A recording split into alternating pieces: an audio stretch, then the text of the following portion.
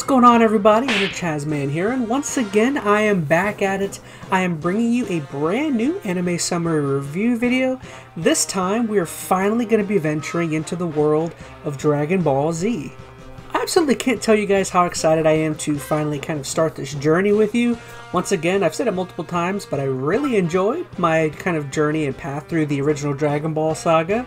But alas, once again, this is going to be a fantastical and new, great, kind of endeavor for me to take on. So I'm incredibly excited to get to take on DBZ and have all sorts of anime fun with you guys. For anyone out there who may want a little bit of backdrop into my kind of experience and, kind of relationship with DBZ, right up above me right here I will have a video that I posted kind of previously to this one, just kind of to, again, elaborate on more my relationship with it, just so I can get right into the summary review with DBZ. So with that, I just want to say, as always, this video is going to be perfect for anybody who may have already watched DBZ and perhaps just wants it kind of summarized for them. It's also fantastic for anyone who hasn't seen DBZ and just wants the entire Saiyan Saga within DBZ covered for them. Or lastly, as always, it's perfect for anyone who may just want to come hang out with the old ChazmaN for a bit. Of which, of course, why wouldn't you want to do that? So anyways, just before getting in, I just wanted to say right here, here is your official spoiler warning for the entire Saiyan Saga within DBZ. So what do you say we cut to the chase and go ahead and finally dig our way into the entire Saiyan Saga within DBZ. Starting off with episode number 1, The New Threat. Coming off of Goku's valiant defeat of Piccolo Jr., the Earth and its inhabitants find itself enjoying a relative time of peace. But ominously, this ideal and pristine momentary time of inactivity is going to find itself coming to an end at about the 5-year marker. A strange being's ship makes landfall out near some farmlands, and after he exits his small, roundish space pod, he comes into contact and has his first meeting with some of the Earth's settlers, and we immediately learn that this strange man from outer space is not of the kind variety. No, he does not come in peace. Next, he utilizes a strange device on his face that seems to have the ability of reading power levels and their direction, and as he makes his way, he claims he's looking for someone named Kakarot. Ooh, interesting. Meanwhile, by Grandpa Gohan's old house, we see some familiar faces. Our hero Goku and his wife ChiChi have built a comfortable life out in the wilderness, but they aren't living out there alone. They are missing their son Gohan, who appears to have wandered off, and yes, he is named after Goku's grandfather. As we do first meet Gohan, I'll tell you, I've always really enjoyed Gohan's initial outfit. It pretty obviously is very reminiscent of Grandpa Gohan's sort of attire, and I've always just loved his little 4-star ball hat, along with the Son Goku logo imprinted on his shirt. As fairly expected of a child of his age, Gohan's demeanor is pretty childish, and he also seems very spoiled. To combat that though, similarly to his father, Gohan has a lot of spunk, and definitely seems to be pure of heart. The majority of the rest of the first episode follows Gohan attempting to retrieve his 4-star hat from a tiger, who apparently just absolutely had to have it. This quest for Gohan will eventually lead him to falling off of a cliff and getting stuck on a log on a raging river. Goku, after retrieving the hat from the tiger by scaring it off, eventually does catch up to Gohan, but is just a second too late as Gohan falls off of a waterfall. Goku, while fearing for the worst, hears a faint sound of crying coming from far above him, and in his bewilderment, he finds Gohan hugging tight to a small tree. As usual per Goku, he kind of just shrugs it off and says that's strange. Then he tells Gohan he's going to take him home to get ready, and they're all going to go see Master Roshi and friends. The first episode concludes with a really cool section of us getting to rejoin Goku's nemesis, the evil Piccolo Jr. Sensing an incredible power coming towards him, Piccolo becomes startled and prepares to confront who he doesn't think is Goku. The figure makes landfall, and it turns out it's the alien that popped out of the space pod, and he gets straight to the point, asking Piccolo if he knows where Kakarot is. After some threats are exchanged, the unknown man tells Piccolo he means business, and Piccolo attempts to end the conversation abruptly. that's the way he wants it.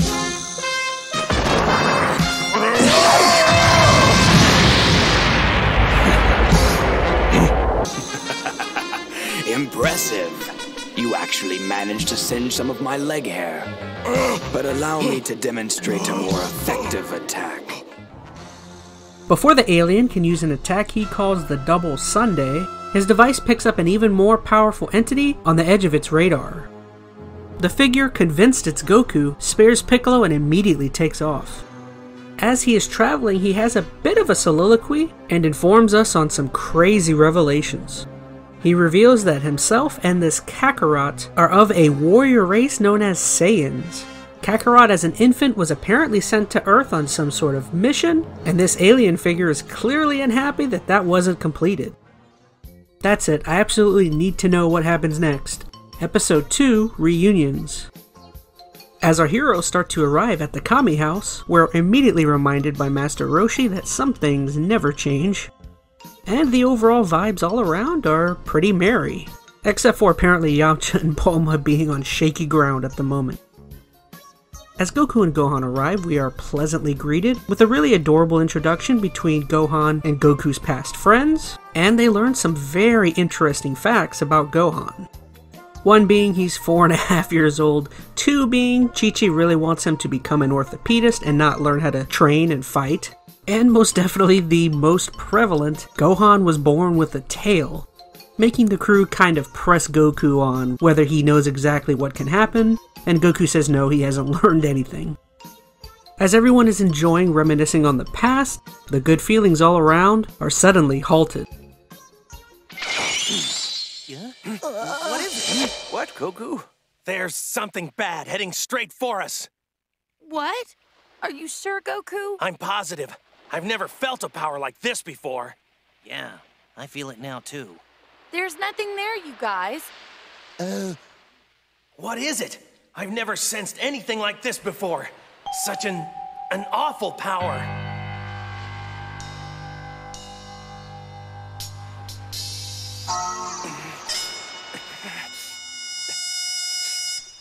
Look, there! Oh yes, I see it, Goku. Who is that? It's not Piccolo, is it?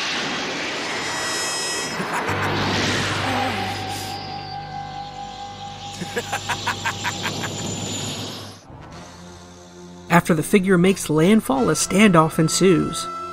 The unknown man then tells Goku that he definitely remembers him, and that Kakarot still looks the same to him.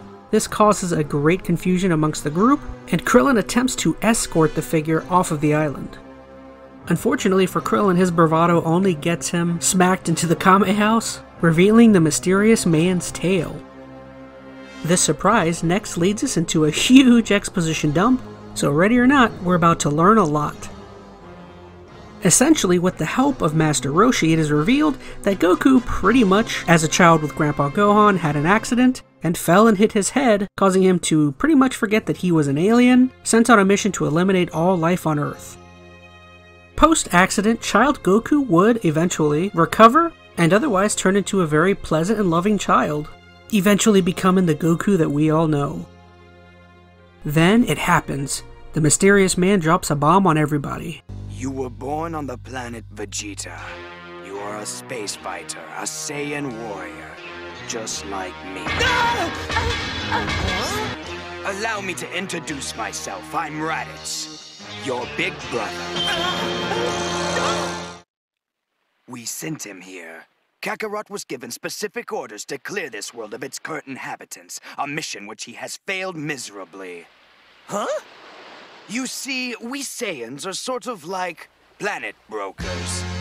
We scour space for planets that will bring a high price on the galactic market. Once we find them, we send our warriors there to purge them of any life and make them ready for sale.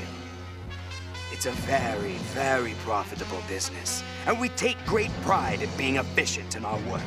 For example, if we discover a planet with strong inhabitants, we send a team of our adult fighters to wipe them out.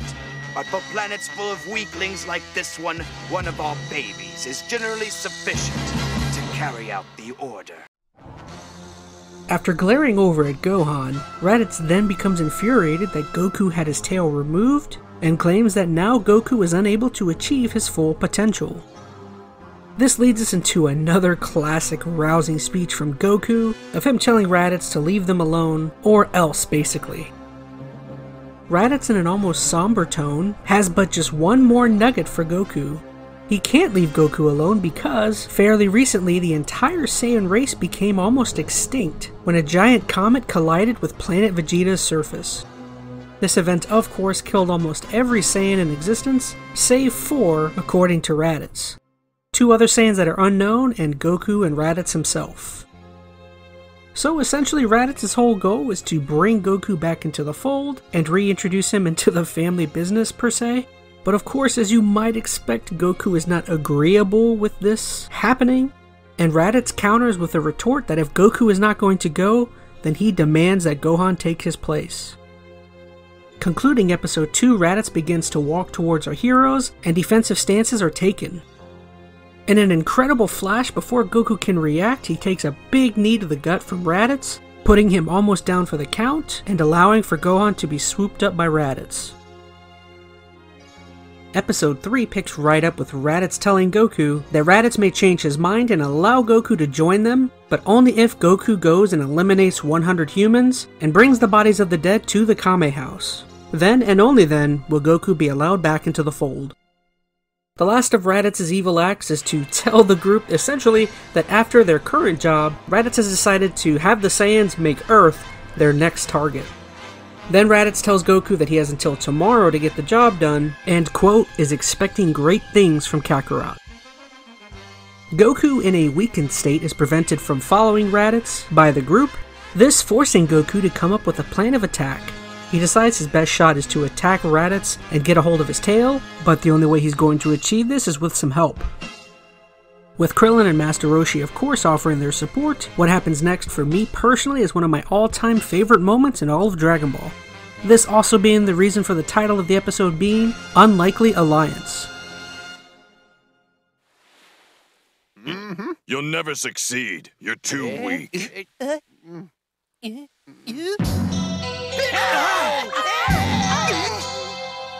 Oh, great. What else could go wrong today? I've been keeping an eye on your last visitor. I followed him here. I know this much. The only chance we have of winning is if I go with you. I know we're enemies, but hear me out. If we team up, as much as the idea sickens me, I'm willing to put our differences aside. But as far as I'm concerned, this truce is only temporary. The next time we meet, it will be as enemies, same as always. And when that time comes, I promise I'll do everything in my power to stop you from taking over the world. But until then, it looks like we're a team. You've got a deal.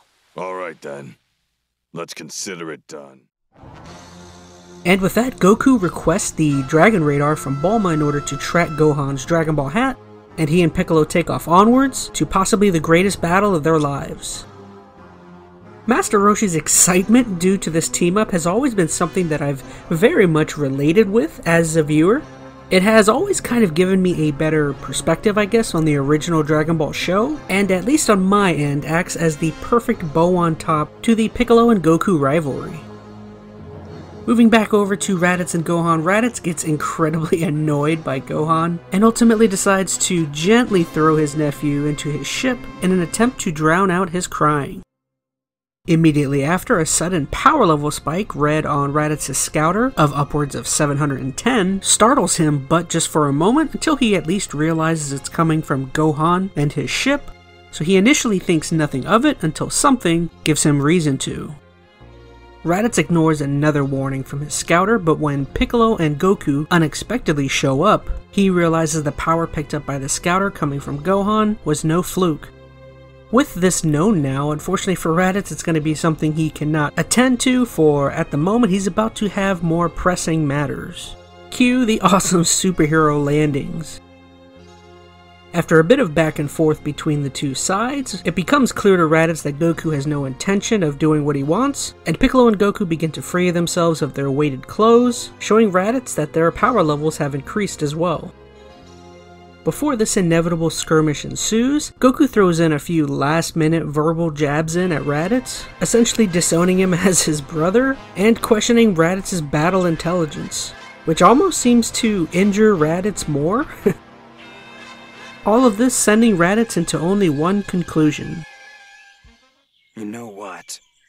I think I've decided I don't want you to join us anymore. A fool like you would only slow us down.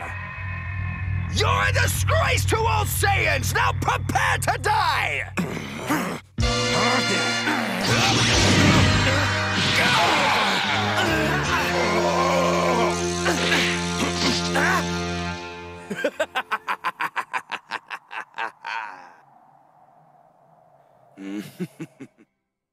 Episode 4, Piccolo's Plan. After getting but a taste of Raditz's power, as well as his power of antagonizing, Goku finally learns where Gohan is being held, and we're treated to one heck of a stare down. Then, with the tension at just about its highest point, Goku and Piccolo charge in. In an absolutely dazzling display of teamwork, the two of them seem as though they're giving Raditz all that he can handle, but throughout the entire opening of this fight, it just consistently seems as though Raditz is one step ahead. This further epitomized by Raditz taking to the air and Goku and Piccolo making chase. Before closing in, Raditz fires down 2 incredible blasts, narrowly avoiding our heroes. Then, with Goku recovering from a very quick shot from Raditz, he realizes perhaps that the both of them weren't unscathed from the assault. One of the descending blasts has disarmed Piccolo, I thank you, this seeming to provide quite a bit of entertainment to Raditz, but also drastically hindering their odds of success. Following all of this, as the title details, Piccolo tells Goku that he's come up with a new attack, something he thinks powerful enough to take down Raditz.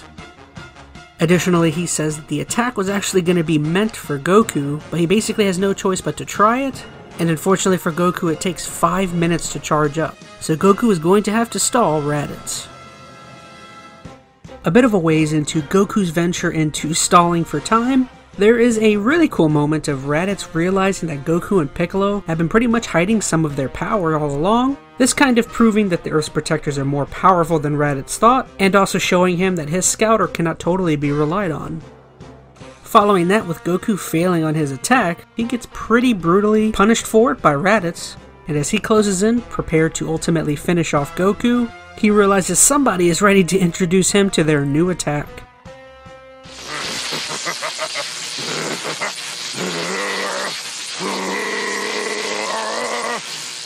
Let's see you stop this one!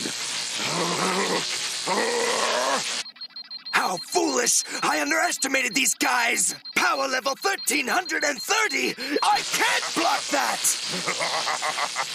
It's all yours! Special Beam Cannon!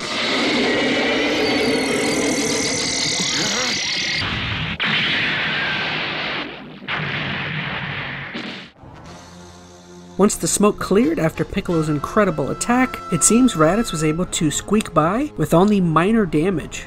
His speed, as quoted by Piccolo, is similar to that of light.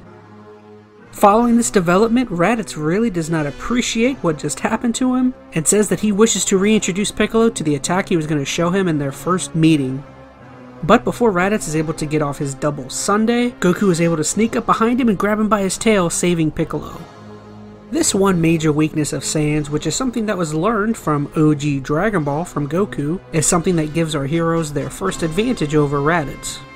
Skipping ahead with some whining and a promise of leaving peacefully from Raditz, Goku's trusting and overall very good-natured personality traits lead him to release Raditz, and of course, as you might expect, this ends up being a terrible decision, leaving him to basically be tortured by Raditz, while Piccolo was attempting to build up enough energy for another special beam cannon.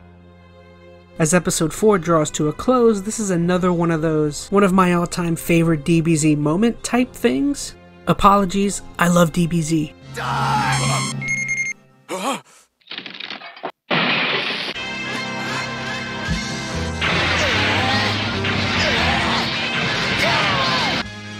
Unable to bear his father's torture any longer, Gohan has erupted from Raditz's space pod in a sudden explosion of anger. But what is the source of the boy's newfound strength? Episode number 5, Gohan's Rage. With everyone in shock by Gohan's sudden outburst, he demands Raditz leave his dad alone, and then charges forward headfirst with an incredible amount of power. He makes contact with Raditz's midsection, and it pretty visibly causes a ton of damage. When Gohan does come to, he has no recollection of what just happened, and according to Raditz appears to be drained of all of his power. Gohan's display kind of worries Raditz about the possibilities of him being able to control his power down the line, and he decides to give Gohan what he calls a worthy death for a Saiyan, but before he can carry it out, Goku steps in suddenly and restrains Raditz. At any other normal time, Raditz would be able to break out, but due to Gohan's incredible attack, it appears he has been weakened, and after but a few moments, Piccolo has fully charged his next special beam cannon. Goku, knowing this can pretty much only end one way, tells Piccolo to go through with the attack, and he does just that. The beam makes contact, pushing its way through the two, and as they both lay dying, there is some important information that is exchanged. No, you die alone. Goku won't be gone for long. I'm guessing his friends will see to it he's back within the week. What? That's impossible. Tell me how. Gladly. On this planet we have something that we call the DragonBallZ. When all 7 balls are gathered together, they have the power to grant any wish, and that includes bringing the dead back to life. This device on my face, it's also a transmitter. My Saiyan comrades heard every single word. Huh? The 2 of them. Now they'll come. I know they will. They will. I know they will. Before taking his last breath, Raditz also informs that the other 2 Saiyans will be there in about a year, and that their power greatly exceeds that of Raditz. It's at this point that the episode cuts away to the other 2 Saiyans on another planet, and for a split second we get to see their post-success of conquering some other civilization. And out of the 2, the smaller of the 2 Saiyans expresses not anger over what has just happened to Raditz, but more of an interest in the DragonBallZ. Back to Earth, flying overhead, we see Bulma, Krillin, and Master Roshi stumbling across the battlefield, and there's a very touching and emotional scene of everyone getting to say their goodbyes to Goku. He does have but one final wish for them to take care of Gohan, and then the Earth loses its greatest champion. As everyone mourns the loss, Goku's body mysteriously disappears, leaving Piccolo to assume this is the work of Kami, who has some other plans or motives for Goku. Before we do close episode number 5, we do actually hear what the motives are for the 2 Saiyans, as they say that they are not going to go to Earth and use the Dragon Balls to revive Raditz, but instead, they are going to wish for some sort of immortality, and in their own words, that will help them achieve something called a Super Saiyan. Okay, so let's get into episode number 6, No Time Like the Present, and then we're going to change things up and take a bit of a breather or a break. This episode starts off with Bulma, as you might expect, really wanting the scouter that's on the Saiyan's face. Knowing her and her technological capabilities, she's probably going to figure out how to use it and make it better. Following that, Piccolo kind of surprises everybody by rearming himself, an ability that I'll say even I, when I first saw, totally forgot he was capable of doing from the original Dragon Ball. Unfortunately for our friends, that ends up not being the biggest surprise coming from Piccolo. To make. This will sound strange, but try to put your emotions aside. I want Goku's son to come with me for special training. What? Then tell us why. Earlier today, this boy showed signs that he might be the most powerful person on this planet. I think I can teach him to control his power, so he can use it to help us defend the Earth when the other Saiyans arrive. It is a long shot. He might still be too young. We'll see. Yeah, he's probably too young. Right, I wouldn't chance it if I were you. At any rate, I'd say you'd have to ask the boy's mother. I'm not asking, I'm telling. The boy's in good hands.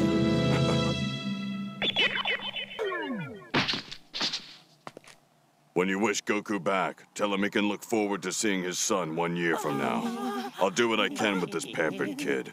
Hopefully our work will bear fruit. Remember, tell him 1 year.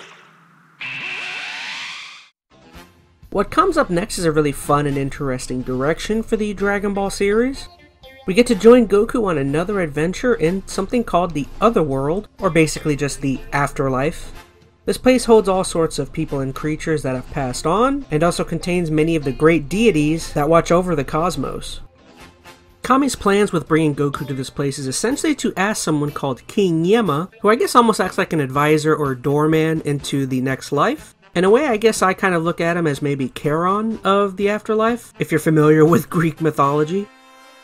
Kami seeks permission for Goku to travel something called Snake Way in order for him to gain special training with someone called King Kai, who as it turns out ends up being the trainer of King Yama himself. King Yama's abilities furthermore being proved by Goku asking him if he passed judgment on his brother, which leads King Yama to say yes. He took him down quite easily when sending Raditz to the underworld. In the end, King Yama approves of Goku's new journey, ultimately looking at his previous track record of being a hero. But this new approval doesn't come without some warnings. Not only does King Yama, but others warn Goku of not falling off Snake Way, saying it's basically a one-way trip. And with that, Goku requests a message be passed along to Baba, the fortune teller, essentially asking his friends not to revive him until exactly 1 year later.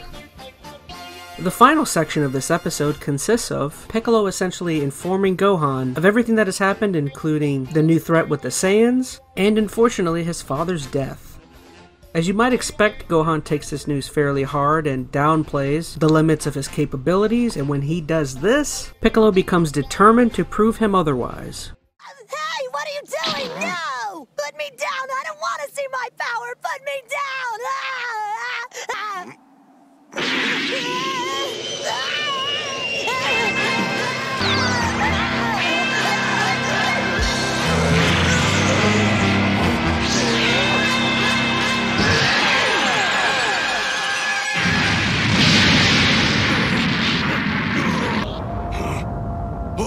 What the?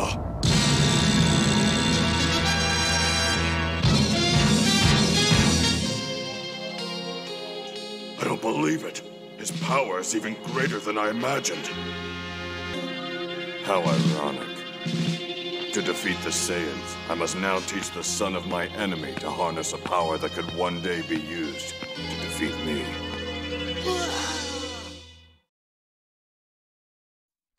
Okay, so I know what you're thinking. Hey ChazmaN, we're about 30 minutes into this video and we're only maybe 6 episodes through the entire Saiyan Saga.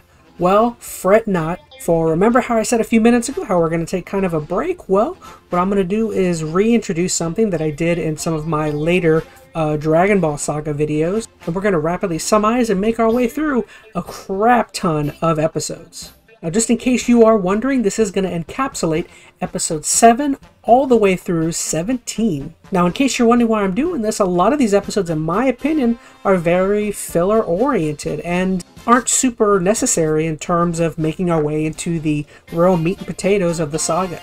So once again, I am going to briefly talk about each and every one of these episodes, so let's go ahead and get right in and really put on the afterburners on this saga.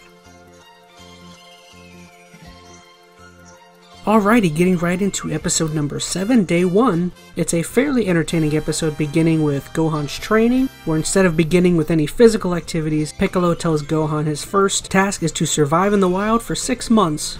This method, if you know anything about Piccolo from OG Dragon Ball and his raising, I would think makes sense for him considering the King Piccolo situation.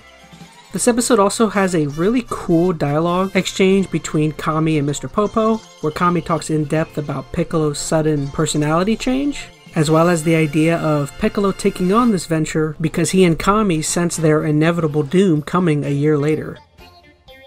Here we also get a pretty funny scene of Goku almost falling off of Snake Way, Krillin struggling to relay the news to ChiChi and the Ox King about what has happened, and finally, at least for me, there's a really adorable scene of Piccolo stealthily helping Gohan on his first day being out in the wild.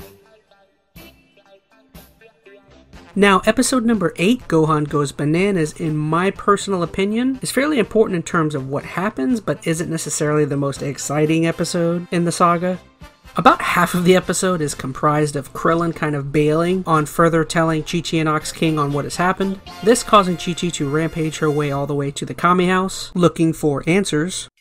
we get to see Bulma fix and utilize the new Scouter, and almost immediately after, Yajirobe shows up to the Kame House to inform everyone that Master Korin is telling Krillin to gather Tien, Chiotzu, and Yamcha for some very special end-of-the-world prevention training. Before Yajirobe leaves, he also informs them about Goku's desires on when being resurrected. And after this, we get to see ChiChi and Ox King finally learn about what has happened to Goku and Gohan. The final section of this episode is by far, for me, the best part of it. We get to see Piccolo come face to face with Gohan's monkey form as he accidentally stares into the moon at night. Ultimately, Piccolo tries all sorts of things to combat Gohan, but in a last-ditch effort remembers what Raditz said about how the form is achieved, and his bright plan is to blow up the moon, of which for me is a decision that I've always kind of questioned, considering by doing that, you probably would drastically affect, like, the tides and gravity, and I would think also would create other, like, extreme weather conditions, like Ice Age or extreme heat. I don't know how it worked, but again, always has been funny to me. In the end, Piccolo ends up ripping off Gohan's tail and giving him a new set of clothes adorned with his own symbol, thus leading to Piccolo actually leaving Gohan on his own, marking the beginning of both of their training. Episode number 9, The Strangest Robot. Now, as much as I like this episode, I will be totally upfront, this is probably one of the most dispensable episodes in the entire saga. Even with its couple heartfelt moments and important lessons for Gohan, again, I'm going to keep this one very short. The episode centers around Gohan getting stuck in a deep cavern after running from some hungry creatures. He then meets and befriends an older robot who appears to have been stuck for quite a long time. At one point, as Gohan is planning their escape, the cavern collapses on the two, and with the help of the robot, Gohan is able to escape, but his robot pal unfortunately is not able to make it. The episode ends with Gohan mourning his loss, but also realizing that on this dangerous journey of his, there will be times where he has to focus on himself, and also deal with whatever else may come. So again, as this episode may not be super exciting, it at least has a grand character building moment for Gohan. Okay, episode number 10, A New Friend. Kind of similar to the previous episode, this one is not 100% a must-watch for me. Now, despite that mild criticism, it still does have its few moments, so let's go ahead and cover them. Like episode number 9, 10 sees Gohan befriending a new creature, not a robot, but a dinosaur this time. Throughout most of the episode, Gohan takes time to take care of the creature, nursing it back to good health, but ultimately by episode ends, his friend meets an unfortunate demise, once again kind of furthermore putting the idea in Gohan's head that survival requires strength, and again, sometimes you just have to deal with certain outcomes. Far and away, my personal favorite section of the episode follows Yamcha, as he seems to be currently making his income playing baseball. Much of the humor here coming from the fact that Yamcha ultimately is a fighter at heart and enjoys combat, so he's relatively bored by the game itself, but he does become awakened when a brawl ensues between competitors. Secretly at the heart of the scrum, Krillin finds Yamcha and pulls him away to explain what has all happened.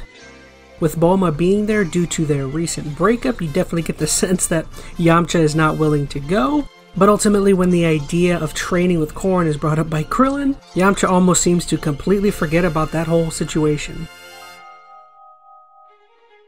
Okay, the quite interesting episode number 11, Terror on Arlia. What I meant by interesting, I mean in this episode diverts itself away from our heroes and focuses in on the Saiyans as they make a detour on a planet called Arlia. Around the beginning of this episode, we actually find out the names of the two Saiyans. We learn about the leader who, while short in stature, is not short on attitude, Prince Vegeta, and lastly, the tall, bald, thin mustache having Nappa. The whole purpose of them stopping by Arlia is to essentially clear it out in the hopes of selling it, and basically in the process of them terrorizing some of what they perceive to be citizens, they accidentally free the planet of some tyrannical dictatorship. By doing all of this, incidentally, they also bring together a long-separated couple who have a really touching scene of them being reunited. But alas, this moment doesn't last very long, as Vegeta decides on their way out the planet is not very appealing and won't fetch very much. So finally, to close the episode out, we get to see what the Saiyans think of things that aren't valuable to them, And really the only other thing from this episode to take away is that Piccolo sees Gohan finally mastering his training of being in the wild. So once again, yeah, while this episode not being completely barren, it's fairly disposable in the grand scheme of the saga. Numero 12, Global Training. You may be noticing a trend now at this point, but you guessed it, this is another light episode, where as the title describes, we get a look in at everyone's training. There is Gohan's continuous quest of surviving, Krillin and Bulma looking for the others to gather them for Korin Tower, Goku's long trek across Snake Way, and finally, the most interesting aspect of this episode for me is Piccolo's training. What makes Piccolo's training different from everyone else's is he basically almost creates a global catastrophe, not only seemingly destroying some priceless historical monuments, but also drastically affecting everyone else's training. Finally, the last part of the episode sees Goku trying to cheat his way and hitching a ride, but after hitting a bump when he's asleep, he falls off of Snake Way. The last thing we see is Goku attempting to take a fruit from a tree, but before he does, he gets bonked on the head and knocked out. Who may be behind this heinous act performed on Goku? Well, let's find out on the next episode. Episode 13, Gauze and Mez. Early on, we find that the two responsible for hitting Goku over the head are two guardian demons named Gauze and Mez, who happen to act as protectors of the Hell region of the Otherworld, where it turns out Goku has fallen to, and it also turns out that the fruit he was attempting to take was King Yama's special fruit tree, of which taking from is absolutely forbidden. It's at this point that the episode cuts away back over to Korin's Tower, where continuing on from the previous episode where everyone got together, now they begin their long trek upwards, the same trek that Goku once made many years ago. A really cool byproduct of this section of the episode is, as you may know from the Commander Red saga in original Dragon Ball, of which by all means you are welcome to go check out my summer review video of that saga. Anyways, but two of Goku's friends live at the base of Korin's Tower, and we absolutely get reintroduced to the awesome characters Upa and Bora. Now, in the sake of time, the episode focuses back in on Gauze and Mez as they try to entertain themselves by wanting to compete and do other trial-like things with Goku. They continuously keep telling Goku that they know other methods of getting him out of Hell, but eventually after all of these steps, Goku gets to the point where he's completed everything that they have to throw at him, and they finally show him a route that they say will let him get back up to Snake Way. As the episode concludes, we learn that the path that Gauze and Mez sent Goku on brings him out inside of one of King Yama's desk drawers. This signifying that Goku is back at the beginning of Snake Way, and has a lot of work to do to catch up to where he was at. Here we go, we're speedrunning through episode number 14, Princess Snake. Now, in my opinion, this episode doesn't have much meat on the bone, but it still is fairly entertaining at some points. Here we catch up with Goku as he catches up to his previous progress point on Snake Way. He makes a pit stop at what he thinks is King Kai's residence, but it ends up being the residence of a Princess Snake. Getting straight to the point, the quick and short for this episode is it's a very Hansel and Gretel-like story. Basically, Princess Snake and all of the other ladies here are trying to sway Goku into staying with them by offering him food, valuables, treasures, and other things that may draw in males. In the end, Goku is able to survive a few assassination attempts, but after he becomes drugged in a way, he finds himself in the stomach of a giant snake, i.e. Princess Snake. Ultimately, he's able to escape and continue his path towards King Kai, and in my opinion, the only other important part of this episode is the Goku squad finally arrives at the top of Kami's tower. As a whole, not the most riveting episode, but as with many Dragon Ball episodes, it still does at least deliver some memorable characters and memorable events. Okay, here we go, another fast one, episode 15, Dueling Piccolos. Now, to keep it short and sweet for you, this episode for me is fairly skippable. Here we're treated to even more scenes of Gohan just exploring and continuing to survive out in the wilderness. But I will admit one aspect that makes it slightly more interesting is Gohan basically starts displaying some form of homesickness, of which I would like to think everyone stuck out in the middle of the woods would eventually do. Additionally, just the other major part of this episode is just Piccolo continuing on with his training and kind of realizing that the only way for him to get his ultimate training is to fight none other than himself. So Piccolo essentially splits into two, but how this is done is fairly interesting to me, so this is just me hypothesizing. But I essentially believe Piccolo has learned the quadruplication ability from Tien, which of course is an ability that Tien Shinhan invented and displayed off during the tournament within the Piccolo Jr. saga in Dragon Ball. Of which, by the way, go check out my video on, if you are interested, of course.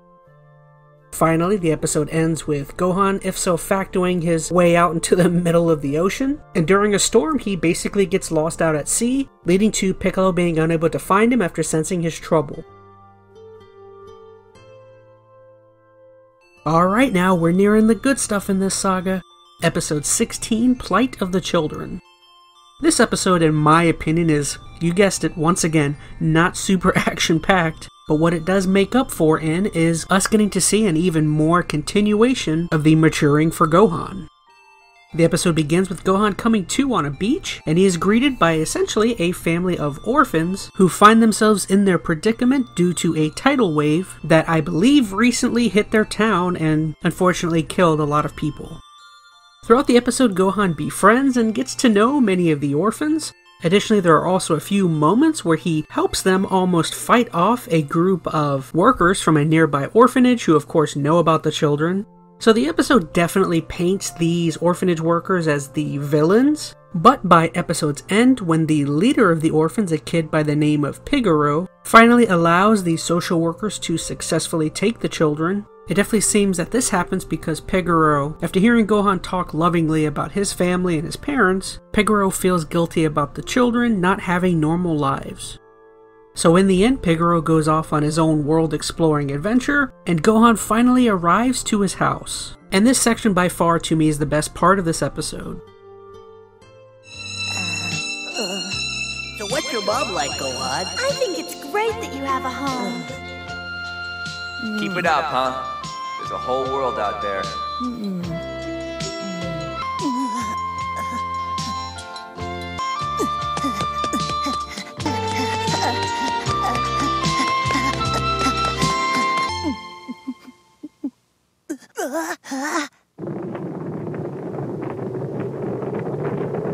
Gohan, what is your mission?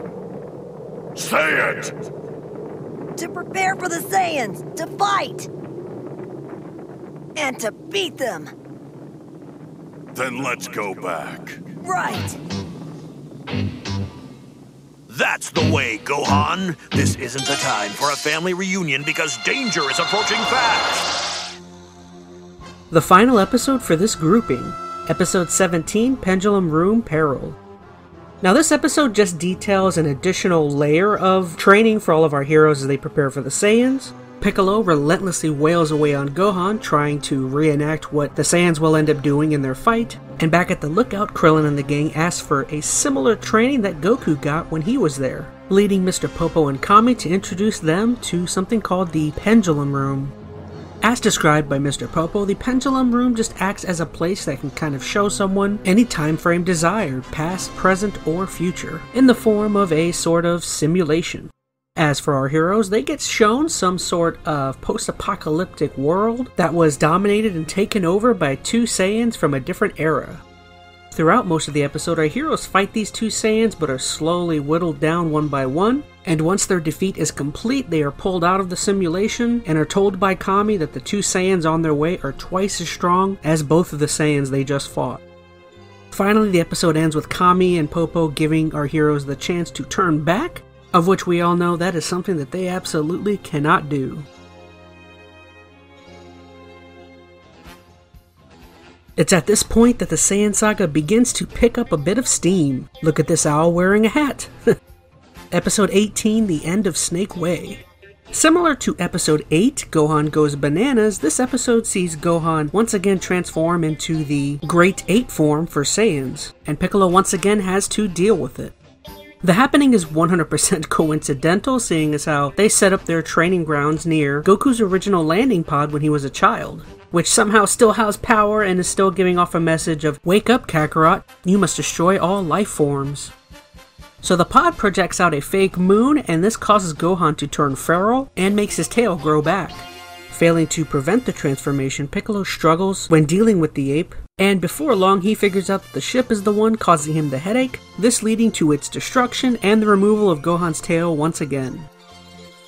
Beyond all of this, by far the most important part of this episode is Goku does reach a milestone at the end. He does arrive at the end of Snake Way, but ultimately doesn't see anything until he looks up and sees a tiny little planet.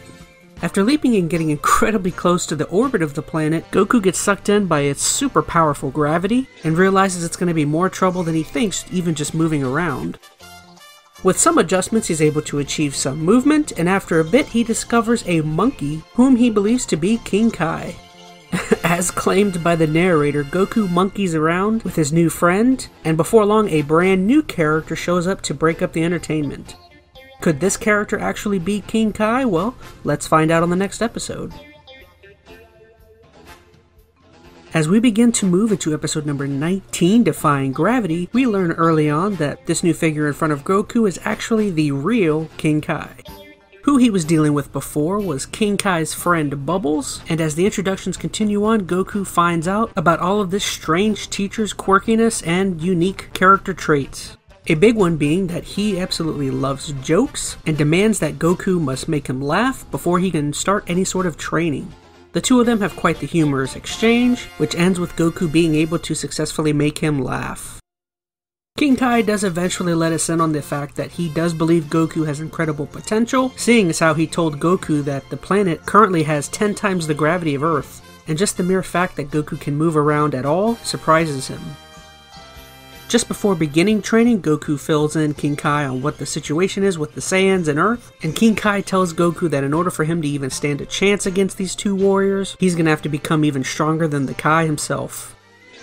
The final tidbit that we get here is King Kai tells Goku that the two Saiyans are approximately 88 days away from landing on Earth, and those 88 days translate to approximately several thousand years worth of training on King Kai's planet. King Kai finally lets Goku know that the Saiyans come from a planet that has a similar gravity strength as the one they're on. It's a very important aspect that makes Saiyans strong.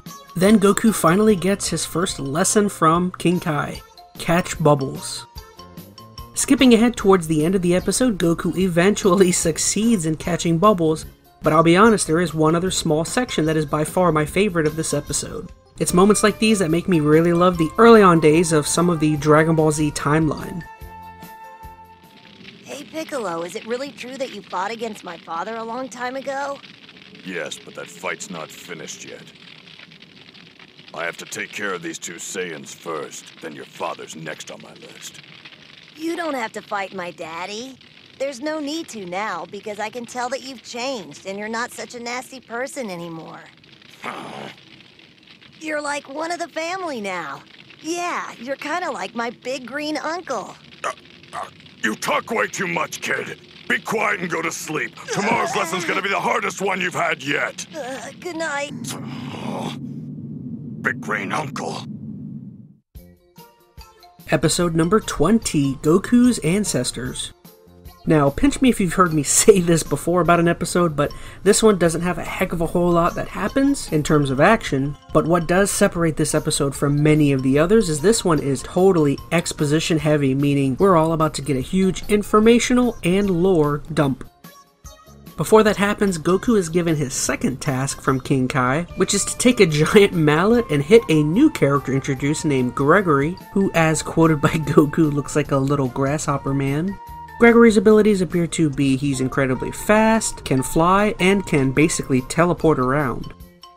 So as Goku's training continues, the episode cuts away and shows how the training is going for the others, with Piccolo continuing his non-stop brutality towards Gohan basically, and also how the training is going with everyone at the lookout with Kami and Mr. Popo.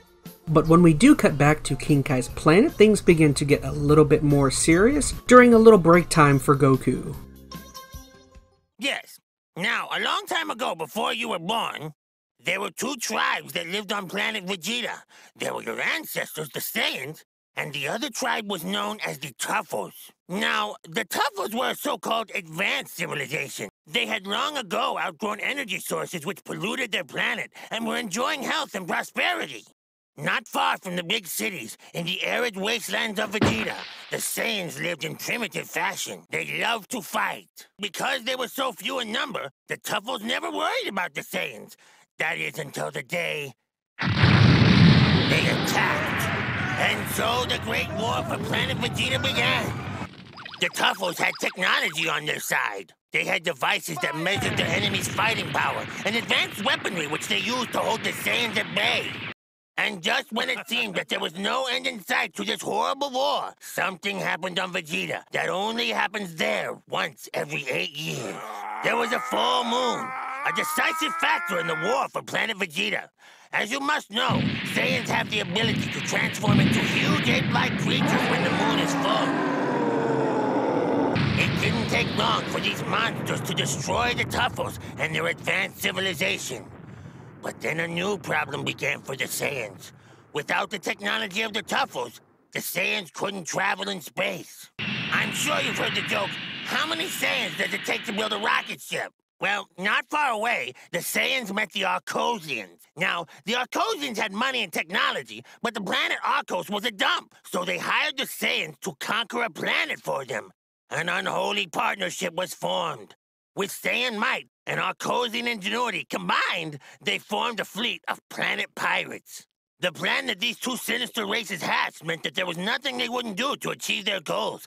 An armada of space pods was designed to travel the vast distances of the universe.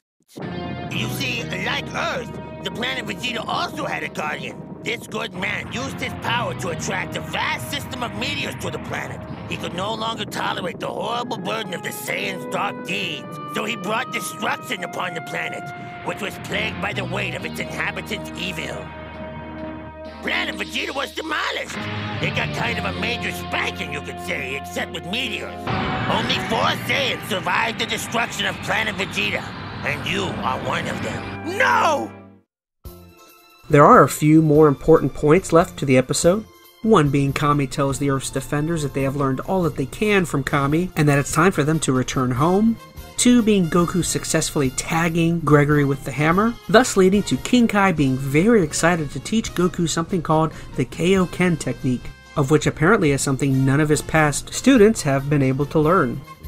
And lastly, 3, adding to the build-up, there is only one more day left until the Saiyans finally arrive. So what do you say we immediately jump in and not waste a moment, episode 21, counting down.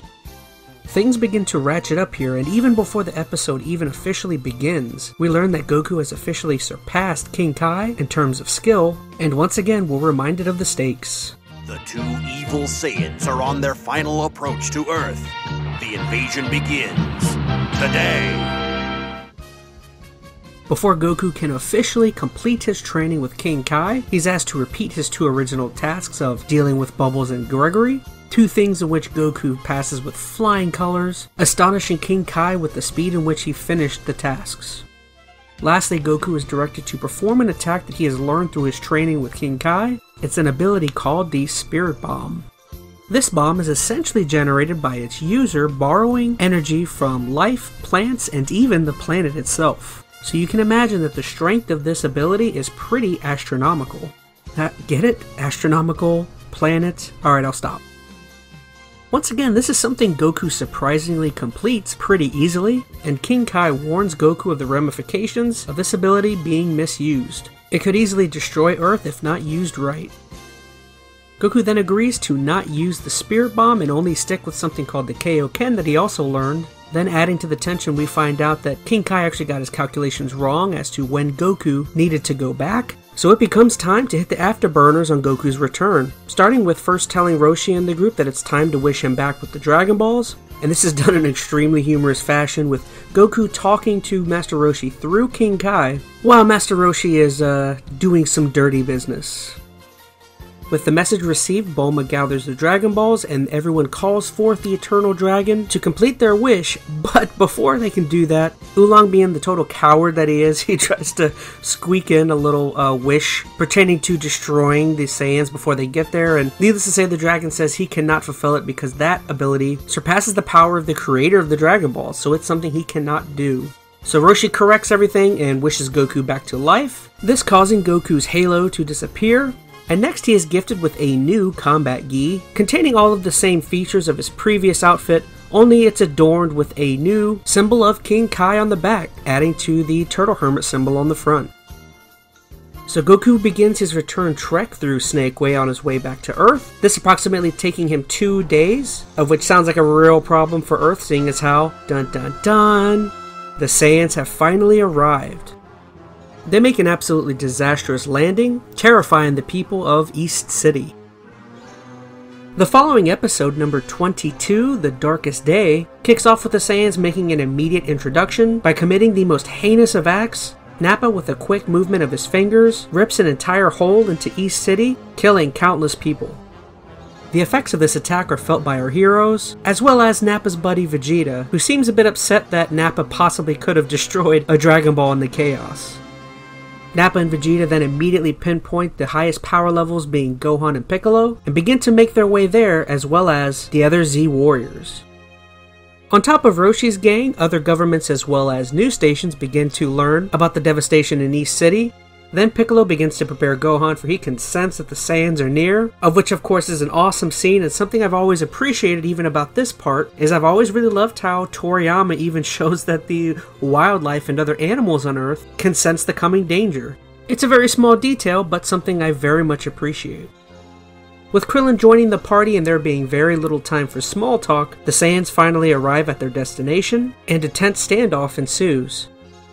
During the very first exchange, we learn from the Saiyans that Piccolo is actually from a planet called Namek, and while this revelation doesn't entirely surprise Piccolo learning that he's from a different planet, it does still catch him and Kami off guard. Vegeta next claims that Piccolo's physical attributes are a dead giveaway for Namekians, and before the fighting can commence, Vegeta tells Nappa to generate something called the ChazmaN. Episode 23, let's go, ChazmaN Attack.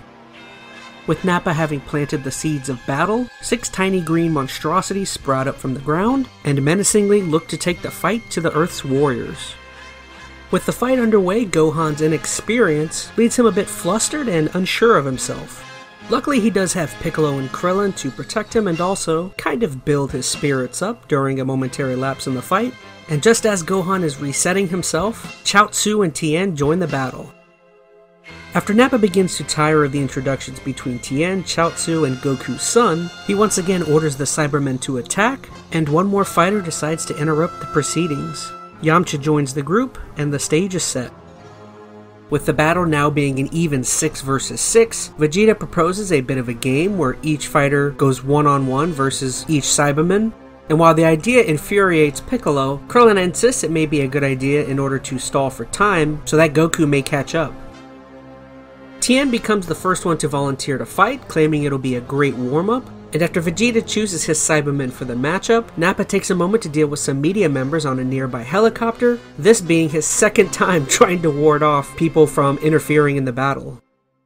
For a split second, we cut back to Roshi's Island, where we see ChiChi and Ox King join the wait party, and as they learn the battle has begun, one of the Cybermen's initial attacks is a strange maneuver where his head splits open and he shoots out some sort of acid that gets dangerously close to Gohan. Next, with a single punch, Tien knocks out the first Cyberman, leading to their first victory. It's a very fast win, leading to Nappa wondering how it's possible due to the power of the Cybermen being similar to that of Raditz. Once again, Vegeta reiterates why he thought it was such a good idea that they not depend on their scouters, because of the fact that Raditz was fooled by all of the Earth's warriors and their power levels. Then in a surprising move, we get a first-hand look at what happens when you fail Vegeta.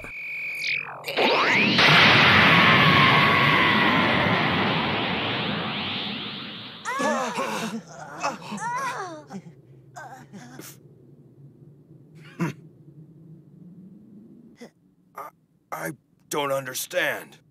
It would have been pointless to let him continue, Nappa. He was losing, which leads me to believe he wasn't trying his hardest. No mercy, even for his allies. He won't be taking prisoners. We're fighting for our lives. As round 2 with the Cybermen begins, Krillin initially steps up to be the next fight, but Yamcha pleads to let him go next, him citing two reasons. One, Krillin has already been wished back to life by the Dragon Balls before, and two, Yamcha's overall eagerness to prove himself and prove that Earthlings are not to be messed with. From the safety of Roshi's island on the television, Bulma sees Yamcha step up for the next fight, and ChiChi gets to see Gohan after a year's worth of seclusion and training. With ChiChi clocking out after being unable to watch, Yamcha's fight begins, and there's a really cool section here of the fighters moving so fast that they immediately disappear from view. And there's a short exchange between Gohan and Piccolo of Piccolo explaining to Gohan how exactly to see people moving so fast.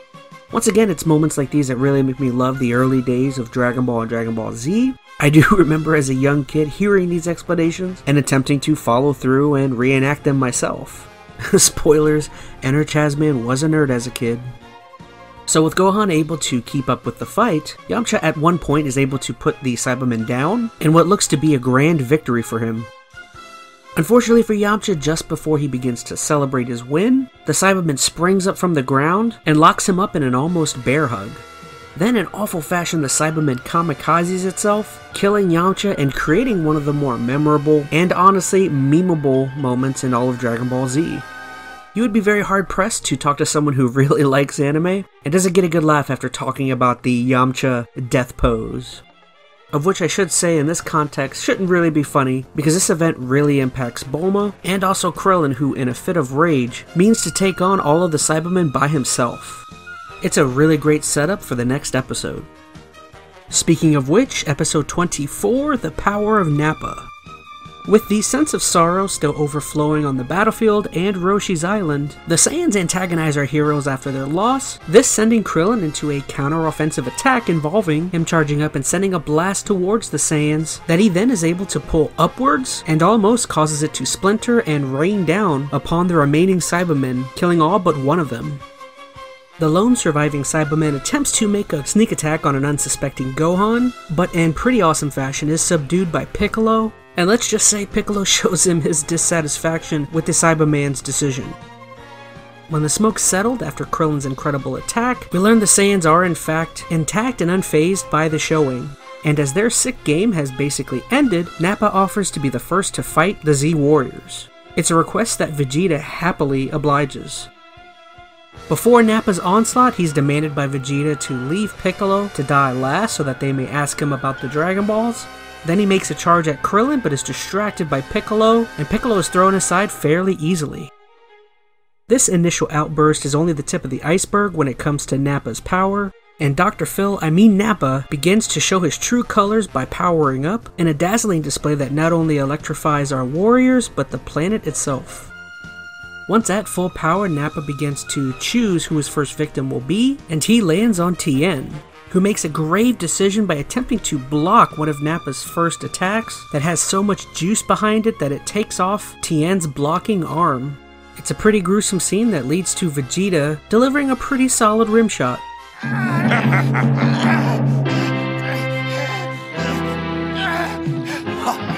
He's been disarmed.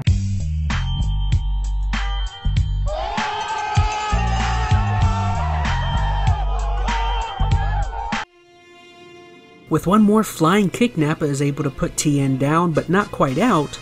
And when Krillin makes a rush over to help him out, Nappa fires off a blast, creating basically a never-ending hole in the ground. Thought to have been consumed by this attack is Chiotzu, but as everything is at a standstill with Nappa having his guard down, Chiotzu is able to surprise him and latch on to his back. Here there's a really emotional and sweet scene between Chiotzu and Tien as they telepathically have a conversation where Chiotzu basically tells him this is the only way he can save everyone, including Tien. Just to include it also, I really like how here Gohan kind of turns away from what he knows is about to happen and Piccolo tells him, "No Gohan, you must watch this. You must honor his bravery." And with a sudden explosion, Chiotzu sacrifices himself in the hopes of taking down Nappa. But as the smoke clears, Nappa appears without a single scratch on him, showing that he was able to put up some sort of defense before the explosion, thus being the downfall and the second of the Earth's warriors. Wherefore art thou, Goku? Episode 25, Sacrifice. With our heroes still grieving over the loss of Chiotzu, they begin to attempt to come up with a game plan on attacking Nappa, but Tien, in a fit of rage, takes the battle to Nappa, and honestly puts up a pretty good fight for a time. During this exchange, Piccolo strategizes that once Nappa is done toying with Tien, pretty much he's going to start attacking, and that will be their moment to all kind of gang up on Nappa and surprise him while he is busy. Vegeta, in a very playful manner, kind of overhears this and pokes fun at the group for a minute. That's a good plan. Nappa's too strong to fight head-on. Don't take your eyes off them. You'll miss your opportunity. Confident, huh? Well, you just wait until Goku makes it back. We'll see if you're still so cocky. Oh, interesting. Who's Goku? Is he really that strong? You'll find out soon. With Nappa preparing to make his final strike on a down Tien, Piccolo and Krillin enact their plan and surprise attack Nappa with a flurry that sends him barreling with speed towards Gohan. With Gohan meant to strike the weakened Nappa with all of his power, instead, due to images of their fallen comrades, Gohan freezes and unfortunately runs for cover. This unforeseen hiccup within their strategy allows Nappa just a moment to kind of gather himself and prepare a defense for Piccolo and Krillin's follow-up.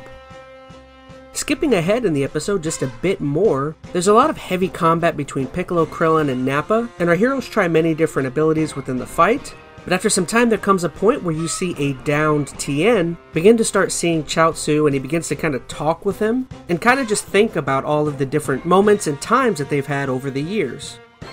It's a really emotional scene that I really appreciate, mainly because you get to see some scenes of some of the old Dragon Ball days. After a bit of this, Tien begins to take a stance and fires off an incredible shot towards a still Nappa, and he actually lands a pretty devastating hit. It's an attack that almost everyone seems to think works, until guess again, when the smoke clears, Nappa was able to protect himself once again. As it turns out, this incredible attack from Tien used up just about all of his energy, and basically he depletes his entire life force for the one chance to take out Nappa. As the Z Warriors lose yet again one of their fighters, Nappa begins to make his final charge, but he is stopped by Vegeta, who after hearing Krillin call for Goku in despair, he becomes super intrigued as to who this Goku is, and wonders to Nappa if this is Kakarot, one of the remaining Saiyans from planet Vegeta. So Vegeta pretty much demands Nappa that they give them 3 hours in the hopes of waiting for Kakarot to arrive so that they may meet and do battle. So with the fight pretty much put on pause, that brings the end of episode 25, Sacrifice.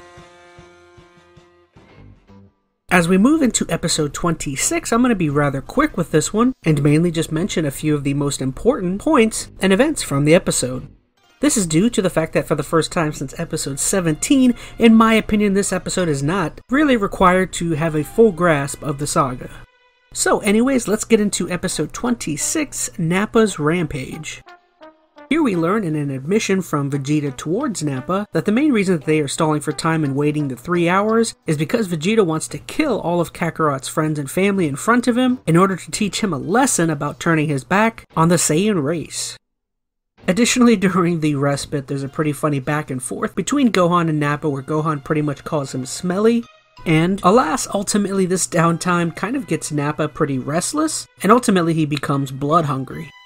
So he essentially goes on a major rampage, terrorizing major militaries and ultimately destroying yet another major city.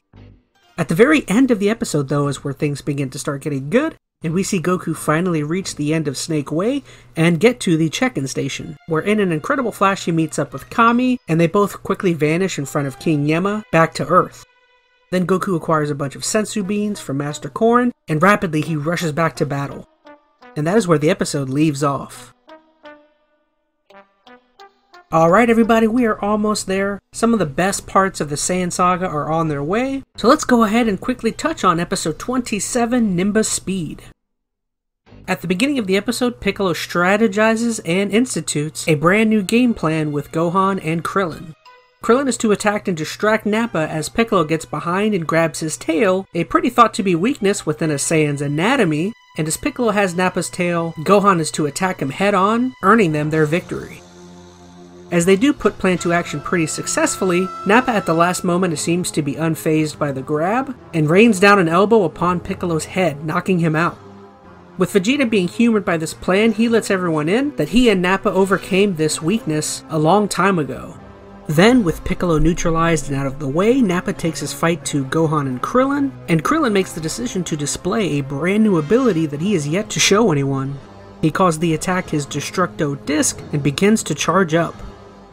With just a few swings of his arm, Krillin launches his disc towards Nappa, and in Nappa's hubris, he almost makes the decision to try and catch the disc, but with Vegeta's super high battle intelligence, he at the last second tells Nappa to not attempt to touch the attack, causing him to avoid total destruction, but not completely saving his face. And this damage infuriates Nappa. In his rage, Nappa brings Krillin near death, but before he can finish up, Piccolo steps in, saving Krillin and also showing that he has recovered from his terrible hit on the noggin. Following all of this, before the fight can continue, there is a brand new development. Piccolo suddenly senses Goku on his way towards the battlefield, and also comments that Goku is far more powerful than even he could have thought. There's a really cool scene here of Gohan and Krillin also celebrating this update, and also something else that I also really love is Nappa and Vegeta doubting this new development, furthermore causing Vegeta to actually put on his scouter in order to investigate, and him pretty much being flabbergasted by what he sees.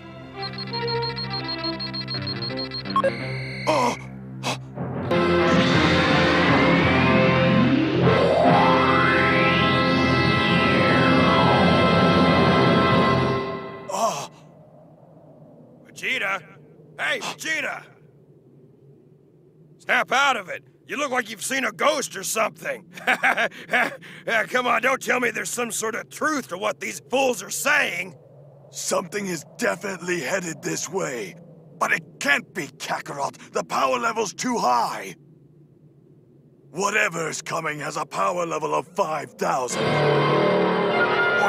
No way! 5,000?! There's no way there could be Kakarot! How could he have become so powerful? Well, whatever it is, I have to be prepared for anything. Now, with Vegeta on his very tippy toes about this new upcoming threat, he commands Nappa to eliminate everyone, including Piccolo, citing one, he does not want this approaching fighter to join with the others, just in case because he doesn't want them all gathering up on him, and two, he now cites that he doesn't believe they need Piccolo for the Dragon Balls because since he realizes that Nameks are the reason for the Dragon Balls, there's an entire planet called Namek that they can fully take advantage of and use as well. Towards the end of the episode, with Piccolo now in danger himself, Gohan calls out to him telling him that he needs to escape because without him they will not be able to have any Dragon Balls in order to wish everyone back to life. This outburst from Gohan causes Nappa to turn his attention to him, and as Nappa makes a rush towards him, here is a really cool scene of Gohan kind of stepping up, probably largely because of the fact that he knows his father is on the way and now he knows his mentor Piccolo is in danger. This leading to Gohan for the first time really landing a clean shot on Nappa, causing him to jettison away, and really surprising everyone on the battlefield. The very last event of the episode involves Nappa recovering and becoming overrun by rage from being struck. Due to this, he prepares a final attack for Gohan that will ultimately kill him. As these events are pretty much unfolding, Kami, back at the lookout, begins to sense that his inevitable end is nearing. And this is honestly, to me, a really awesome scene where everyone can kind of see what's about to happen, but nevertheless, this really symbolizes a turn for the Piccolo character. Gohan! No! No! Until now, training you was out of vengeance, making you worthy enough to be my opponent. But something's changed. No matter what happens to you, Gohan, I will always be there to protect you.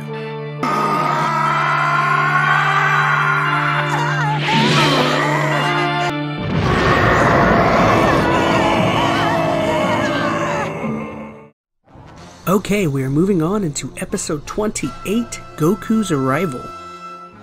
As we move into this episode, a good amount of the opening section is dedicated to kind of reiterating or re-envisioning some of the ending of the previous episode. It definitely goes back through Nappa's attack, and also Piccolo throwing himself in front of the blast. Some of you might find what they did at the beginning of this episode to be repetitious, but at least for me, I kind of like the new coat of paint, I guess you could say. Also, you have to imagine back when these episodes did come out, I'm sure there was a much larger amount of time in between when they would officially be shown on television. So yeah, I don't know, that's me trying to defend the reminder. With Piccolo's last few breaths, he tells Gohan about the irony of him wanting to kill his adversary Goku, but in the end him ultimately saving his adversary's son in battle instead. He also talks about how proud he is of Gohan and how far Gohan has come in his training and where he is as a person. Then before entering the afterlife, Piccolo tells Gohan he's the only friend he's ever had, and he's almost like a son-like figure. Additionally, Kami disappears in front of Mr. Popo, essentially indicating that now the Earth is Dragon Ball-less. Now in an emotionally unstable status, Gohan lashes out and prepares a new attack for Nappa. As it turns out, he calls this attack his Masenko, and from what I remember, this is actually originally a Piccolo attack, of which we can gauge is probably something Gohan picked up during training. Before contact, Vegeta at the very last second tells Nappa to avoid the attack because Gohan is far more powerful than they think, seeing as how his power level is reading upwards of 3,000. Unfortunately, to Gohan's dismay, Nappa is able to basically punch away the attack, leaving Nappa to admit that it was not an easy task for himself. Vegeta also now rests easy that his scouter tells him that Gohan has essentially used up all of the hidden power that he had, now pretty much leaving Gohan vulnerable. Nappa, in complete and full control of the situation, prepares a finishing stomp, and as he makes his move, Gohan is timely saved by the Nimbus Cloud, this absolutely confusing everyone in attendance, and queuing up the awesome as always Goku superhero entrance. What is that thing? What's going on?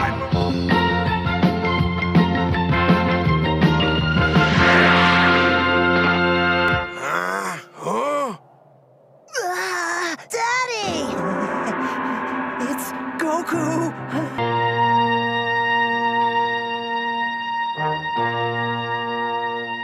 Welcome, Kakarot. Nice of you to join us.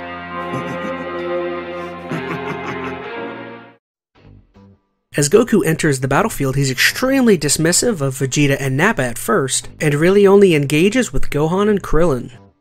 This showing is kind of especially cool by Goku, seeing him pretty much scout the damage on the battlefield, while also taking a bunch of antagonizing from Nappa because of what he's done. With Goku continuing on with the avoidance maneuvers, Goku quickly gets over to Gohan and Krillin and gives them a sensu bean to share, rejuvenating them both. Then, just as Krillin is trying to come up with a new game plan, Goku says he's going to take them both on himself. And before Gohan can attempt to talk Goku down, Krillin tells Gohan to stop and let Goku go, because there is something definitely different about the aura and overall vibes that Goku is putting off right now. And no, Krillin didn't say vibes. Just before the battle can commence, we get a quick peek at what's going on back at Roshi's Island, and Baba arrives just in time with her magic ball, allowing for everyone to be able to see what's going on the battlefield. Master Roshi also notes that he sees a dead Piccolo, meaning that now Kami is no longer among the living. This also ratcheting up the stakes, considering now everyone at Roshi's Island knows that nobody can be revived with the Dragon Balls. Alright everybody, Goku has officially entered the chat and has a few choice words for Nappa, especially when after being called out by him. So Goku here essentially decides to show off and flaunt just the tip of the iceberg of his newfound powers, and as Vegeta gets a rating of Goku's power level, we are beautifully gifted with one of the great lines in all of Dragon Ball. Say the line! Vegeta! Vegeta, what did you say his power level is? It's over 9,000! 9,000?! At episode 28's end, we finally get to see some exchange of combat between Goku and Nappa, and this go around, it's Goku's turn to do the antagonizing. Throughout a lot of this section, Nappa is going completely all out on trying to at least land a hit on Goku, but Goku's speed is something that Nappa can't keep up with, and Nappa here is pretty much being toyed with by Goku. At the very end, in funny fashion, Goku tricks Nappa by thinking he's on top of his head, quickly then moving down below and landing a punch directly to Nappa's gut. This punch severely debilitates Nappa, bringing the end to episode 28. Episode 29, lesson number 1. At the very beginning of the episode, as Nappa is kind of floundering around after being struck, we do learn a couple things about some of the, I guess you could say, Saiyan hierarchy or Saiyan society from Nappa. We learn that Nappa at one point was the commander-in-chief of the entire Saiyan army. Additionally, Nappa also claims that Goku really shouldn't be capable of the power that he currently is at, because Goku upon birth was deemed a third-class Saiyan, which again, that shows some sort of class-based society upon the Saiyan ranks. Lastly, Nappa says he was considered a Saiyan elite, and perhaps that answers why he was able to reach the rank of Commander-in-Chief.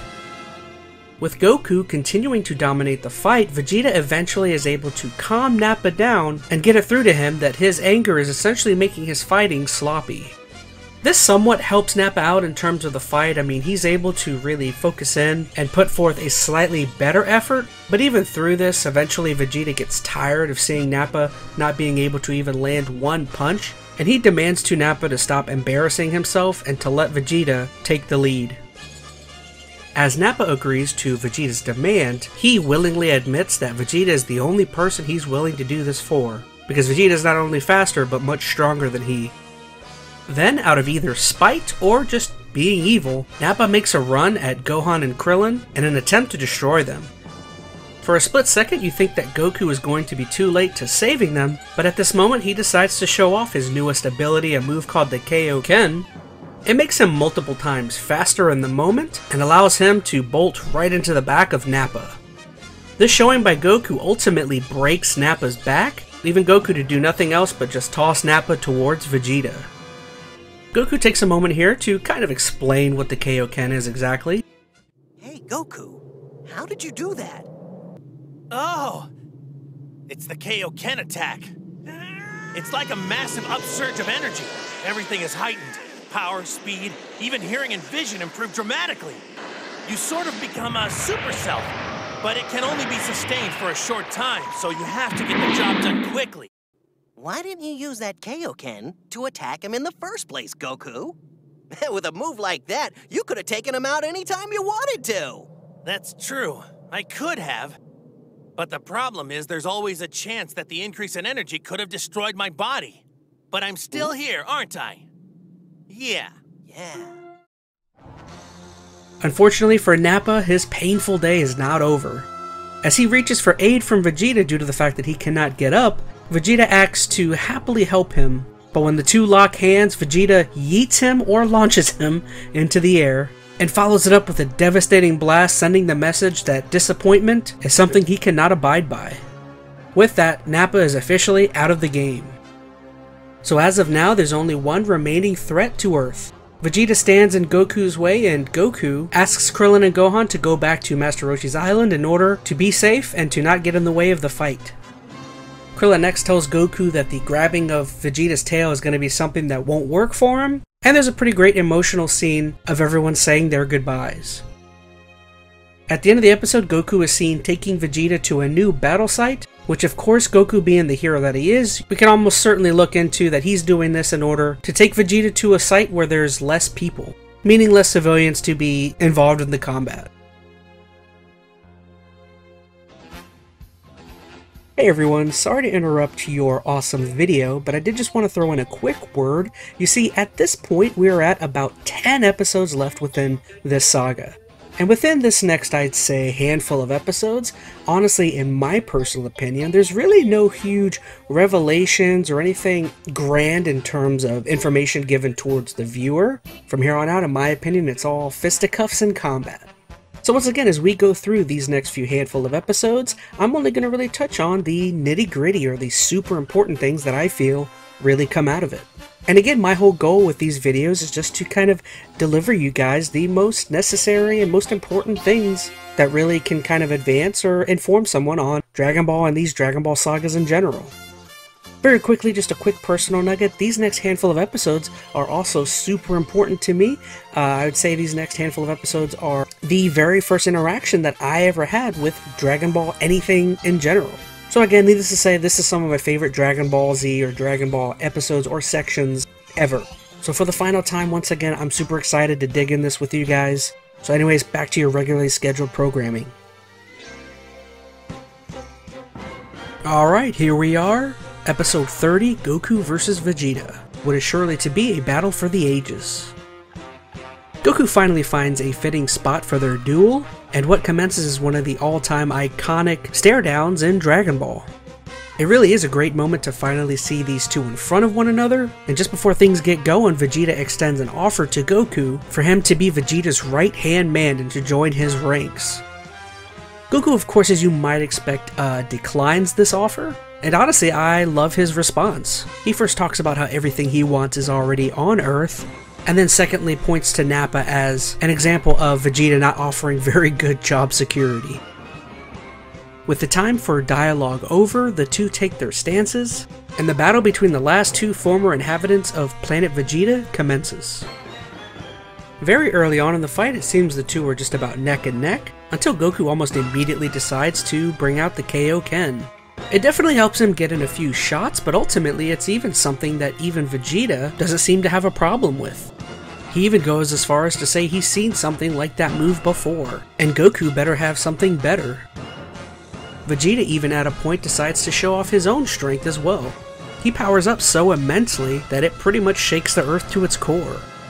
Then once at full strength, Vegeta really begins to take it to Goku, and he heats him up pretty good, even kind of burning off his shirt. It's not a true Goku fight unless his shirt gets absolutely destroyed in the meantime. Towards the episode's end, with Goku seeing that even the Kaioken times 2 is not necessarily cutting it in terms of fighting Vegeta, Goku resorts to pushing his body to its absolute max by attempting the Kaioken times 3, of which is a level of the Kaioken that King Kai even says is something that he recommended Goku not try, because he doesn't think that Goku's body could even handle that much power. As Gohan and Krillin are kind of retreating from the battle, Gohan almost senses some sort of disturbance in the Force in terms of what Goku is going through. And as this is happening, Goku charges Vegeta, marking the end of episode 30. It's a pretty kick-butt way to end this episode, I guess I should say for myself. Oh man, here we go. Quite possibly one of the greatest Dragon Ball Z episodes ever for me. Episode 31, Saiyan-Sized Secret. With Yajirobe now becoming the only viewer in attendance, Goku does finish his beefing up, and his display leaves Vegeta's confidence on shaky ground. Literally. One of personally my favorite actions of this section is Goku getting the best of Vegeta in terms of speed, and seeing Vegeta lash out in rage. Essentially, at this point in the fight, Vegeta has had enough of Goku's insolence, and he wants to not only destroy Goku, but make everyone else on the planet pay for Goku defending it. So Vegeta takes to the skies, and well, here is one of the great exchanges in all of Dragon Ball. But either way, you are going to perish! Kaioken times 3! Let's see how he likes a Kamehameha! Kame!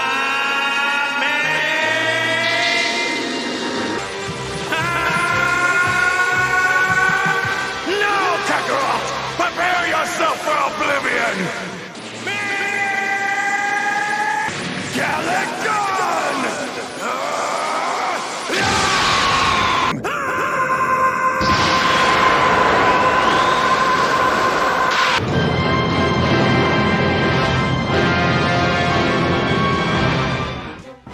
Something very interesting to me about this exchange is that it only really encompasses about 3 to 4 minutes of the episode, of which for some reason in my head I remembered this section being much longer. For me, the quick and rapid nature of this scene really contributes to the excitement and kind of over in a flash type feeling. It burns very bright and hot for a moment, but dissipates quickly. Quickly to Roshi's Island, the energy from this event overcharges Baba's magic ball and cracks it to the point where Roshi and the gang can basically not see what is happening. As we go back to the fight, Goku seems as though his beam is beginning to waver as opposed to Vegeta's Gallic Gun, and in kind of a desperate move, Goku decides to go even one more step and pushes himself into a Kaioken ×4, of which again this is all wholly against all of King Kai's recommendations, but let's be honest, at this point Goku is in uncharted territory. With the added boost from the Kaioken ×4, Goku's Kamehameha Wave is able to overtake Vegeta's Gallic Gun and connects with the Prince of Saiyans in what appears to be a decisive victory for Goku. Although Goku definitely seems to know better. At this point in the episode, our hero's energy and body are both completely shredded, leaving him very vulnerable, which is incredibly dangerous considering he still knows Vegeta has survived the attack. As opposed to this though, Vegeta, not knowing the state of Goku's body and energy, thinks that Goku is in the position to still put up a fight, so he comes up with a new attack plan. You see, he knows Goku no longer has his Saiyan tail, so Vegeta decides if he can't beat Goku outright, he'll smash him in his Great Ape form. Now during this process, Vegeta does figure out that Earth's moon is no longer there due to Piccolo, and he explains here how he can get around that. Don't play innocent with me, Kakarot. Just know that your efforts were in vain because I don't need the moon to complete my transformation. The moon merely reflects the rays of the sun, but as they're being reflected, a new energy called Wave is created and added to their composition. These waves cause the transformation, not the moonlight by itself as you may have believed. Although moonlight is a natural source of Wave power, it is not the only way to form this energy. There is another way. We Saiyans realized that we were at the mercy of the moonlight on whatever planet we were on, unable to control the length of day or night. It was completely unpredictable and held our power at a disadvantage. Until we discovered a way to artificially create our own moonlight. By channeling the energy from within ourselves and combining it with the planet's atmosphere, we can make a synthetic moon complete with waves anytime and anywhere we want to! With the slightest flick of his wrist, Vegeta throws the makeshift moon into the air and begins the always entertaining transformation into the Great Ape form. Goku most definitely to this point still does not quite know what's happening. Now let's move on to episode 32, Spirit Bomb Away. This episode begins with Gohan and Krillin noticing the flash coming from the area where it looks like Vegeta and Goku were fighting. And now, while they don't exactly know what is happening back there, Gohan gets the urge that he cannot leave his father at this time. So he races back towards Goku and Krillin follows, hesitantly. As Goku struggles with Vegeta's new transformation, there are a couple things that we learn early on in the episode. We find out that unlike every other Great Ape transformation in Dragon Ball to this date, Vegeta has so much experience with the form that he's actually able to talk and ultimately just control the beast inside. As Goku can do nothing but run away, he does have a sudden self-realization about the ape form and ultimately about himself. His new form seems familiar to me. If you had known what you were capable of, you would have never let them take your tail. But now it is I who will show you the true Saiyan might!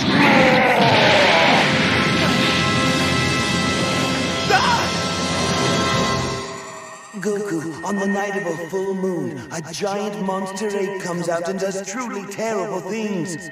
You must beware. We could take this awful power from him now, but someday he will know the truth. It will always be part of who he is.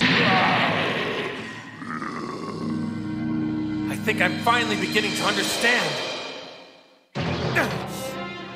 The giant monster my grandpa warned me about. It was me!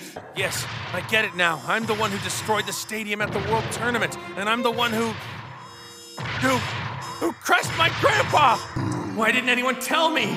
All these years, Master Roshi and the others, they must have known the truth. Must have seen me transform into this thing. I'm sorry, Grandpa.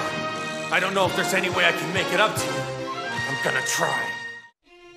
With him becoming desperate in his struggle with the giant monster, Goku decides his only move at this point is to use the Spirit Bomb.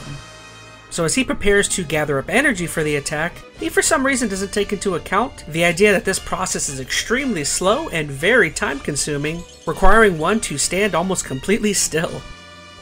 As you might expect, Vegeta wanting to take it to Goku is not willing to give him absolutely any time to come up with any plans of any sort, but at the very last second, Goku actually uses a pretty intelligent strategy to try and give himself some time. He pulls out the old trusty solar flare technique, thus blinding Vegeta for a moment. So as Goku is able to retreat, he finishes up gathering together all of the power required for the attack, and just as he's beginning to fire the Spirit Bomb, Vegeta recovers and fires off his own attack in what we believe is Goku losing out on his only remaining option. At this point in the fight, Goku's power begins to slowly drip away, and Vegeta begins to torture him in his own special way. And just before Ape Vegeta can give Goku the finger, Goku uses the last of his power to blast Vegeta right in the eye, essentially now blinding him on one side. The episode comes to a close with an enraged Vegeta picking up Goku and attempting to squeeze the rest of the life out of him. Will our hero survive? Well, let's find out. Okay, let's get right into it. Episode 33, Hero in the Shadows. This one's going to be a fast one because for me this episode's not super jam-packed. This one kicks off with Gohan and Krillin returning to the battlefield and rendezvousing with Yajirobe, and Krillin comes up with the plan of the other two distracting Vegeta while he goes behind and Destructo discs off Vegeta's tail. Yajirobe instead doesn't take part and flees. Krillin's plan though unfortunately falls through when Vegeta somehow was expecting Gohan to not be alone and jumps over the Destructo disc, completely avoiding the attack. I do think, in my opinion, how Vegeta was able to achieve this is he must have somehow been able to sense Krillin's power level or sense the attack oncoming. So what happens next totally makes sense, seeing as how this is done by somebody who he couldn't have sensed a power level from. That's right, Yajirobe shows up and saves the day, cutting off Vegeta's tail with his sword. Having been forcefully reverted back to his normal form, Vegeta lashes out, looking to end the nuisance that has been Gohan and Krillin. After a quick beatdown, Gohan is tossed over by his father, and receives a rousing motivational speech from Goku, telling him the importance of fighting back. Additionally here, Gohan becomes motivated after seeing Goku get stomped a few times from Vegeta, so yet once again the prince has another fight on his hands. Closing out the episode, Goku calls Krillin over and we find out why he needed Gohan to fight Vegeta. But in my condition, I'm not sure I can help him. I wouldn't last a minute up there. Right, you don't have to fight. It's just a one-shot deal. Come closer. I have some energy that I need to give you. All right, let's do it. Take my hand. But are you sure I can handle it? Yes, you have to!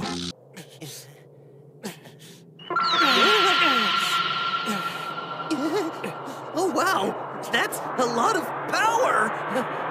Man, hey, Goku, what do I do with this thing? First, turn your palm up. Then use your willpower to concentrate the energy and form it into a ball.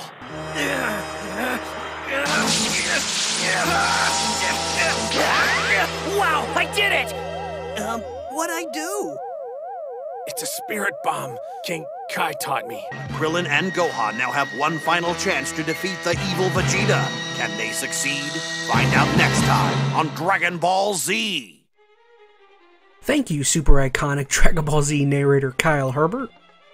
Now on to episode 34, Krillin's Offensive. This episode continues with the continued explosive combat between Gohan and Vegeta, and a captive viewing audience including ChiChi. Let's just say she's on edge just a bit. With Vegeta too focused on battling, Krillin takes up a position and prepares to fire the Spirit Bomb, but he is unfortunately completely unsure of when is the best moment. This is when King Kai, Goku's mentor, steps in and passes on some supporting words. He talks about the gravity of the situation and tells Krillin all he has to do is believe in himself and his senses, and he will know when the time is right. With Vegeta in a position to eliminate Gohan, Krillin chooses this moment to throw the Spirit Bomb, and for me personally this is a very fun and dramatic scene of us anticipating that the Spirit Bomb will hit, But once again, Vegeta catches on to what's happening, and he seems to be very timely with his jumps. With a now missed Spirit Bomb now on a direct course for Gohan, Baba's crystal ball cracks under the pressure of the Spirit Bomb, shutting off sight to the fight. All of this leading King Kai and Goku to attempt to get Gohan to do the unthinkable. Goku! Try a rebound! Gohan, it's Dad! Can you hear me? Bounce it back, Gohan. That ball won't hurt you if there's no evil in your heart. You have to bounce it back.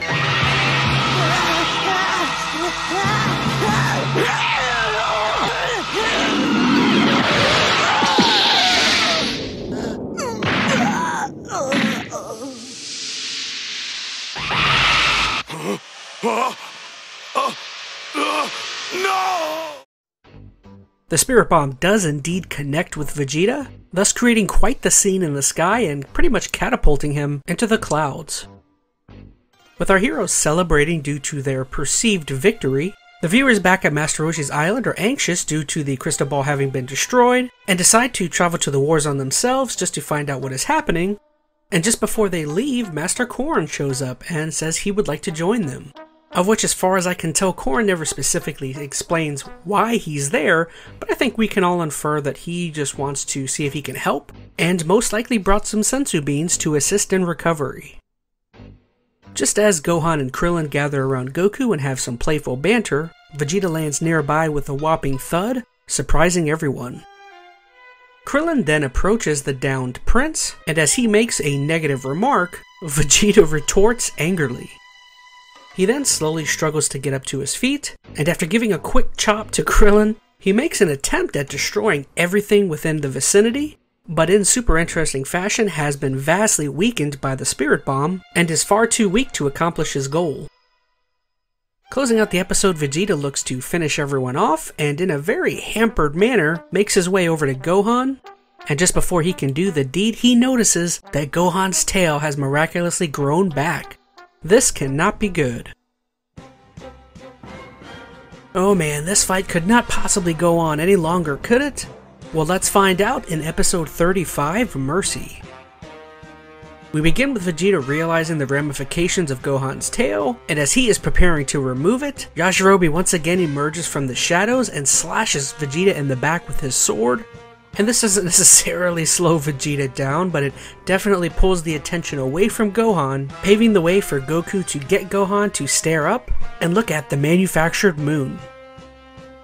Vegeta, finally realizing what is happening, makes his way back to Gohan, but at this point it's pretty much too late. Gohan's transformation has begun, and he immediately starts raging about, totally uncontrolled. Well, not for all that long at least. Gohan, stop!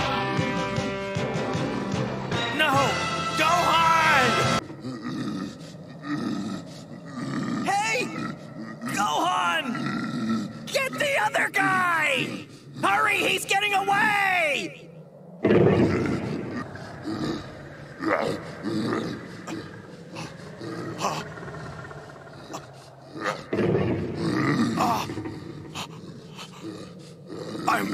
I'm trapped!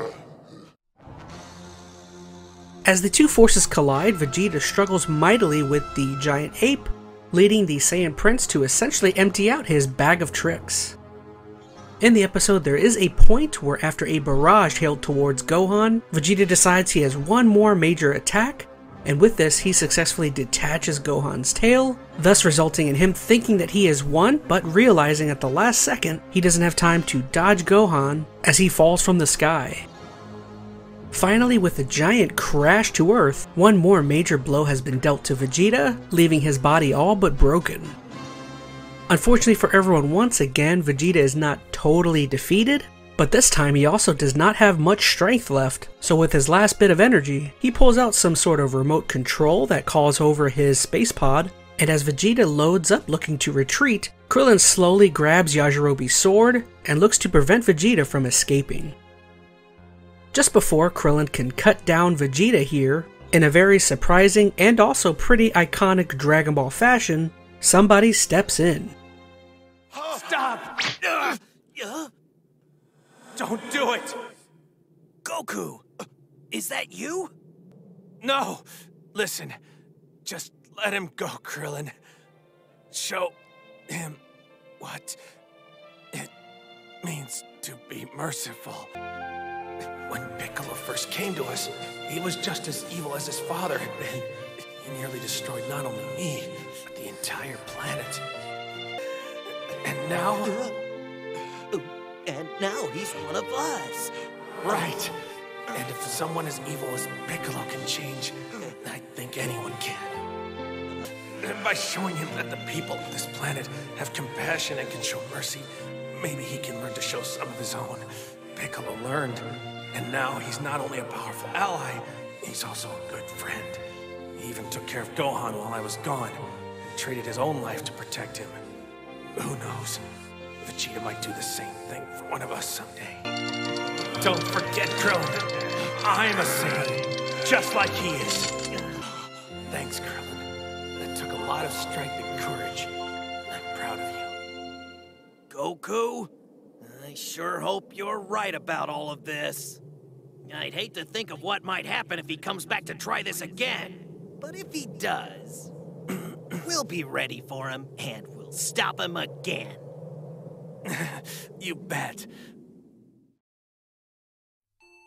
And with that amazing decision from Goku that could possibly have gigantic ramifications stemming all around the Dragon Ball universe, Vegeta does indeed get into his space pod and takes off to some other location, looking to kind of lick his wounds, I guess you could say. And that brings episode 35, Mercy, to a close. So as we kind of continue on here, guys, with the saga, there are, as far as I could tell, 4 episodes left, which is something that I immediately wanted to bring to your attention. And that really is that I've had trouble kind of trying to figure out where exactly this saga ends and the next saga starts. I guess I'll show it to you guys right here. I have my Dragon Ball Season 1 box set. I have all of them. But as far as Season 1 is concerned, as far as I could tell, Season 1 on here says that it ends at episode 35. And when I look online at, like, Wikipedia and other Dragon Ball informational forums or sites, you know, they say that it ends at episode 39. So I don't know. As you can't tell all the way from the beginning of this saga, when I started, I said I would go to 39. So even though I do think it's supposed to stop at 35, but I tell you, I'm going to go to 39. I feel like 39 is a great place to end this saga. It kind of rounds everything out and leaves us on kind of feeling on a good note about what the saga holds. Although, perhaps that's why they ended at 35. I mean, that totally leaves you with a different kind of feeling. But anyways, I'm getting too far ahead of myself. I already knew this was going to be a point. I know this is going to be a point of contention. Once the video comes out, everyone's going to tell me, no, it's supposed to be 35. You're not doing it the right way. Sorry, guys. Let's finish out the Saiyan Saga. Episode 36, Picking Up the Pieces.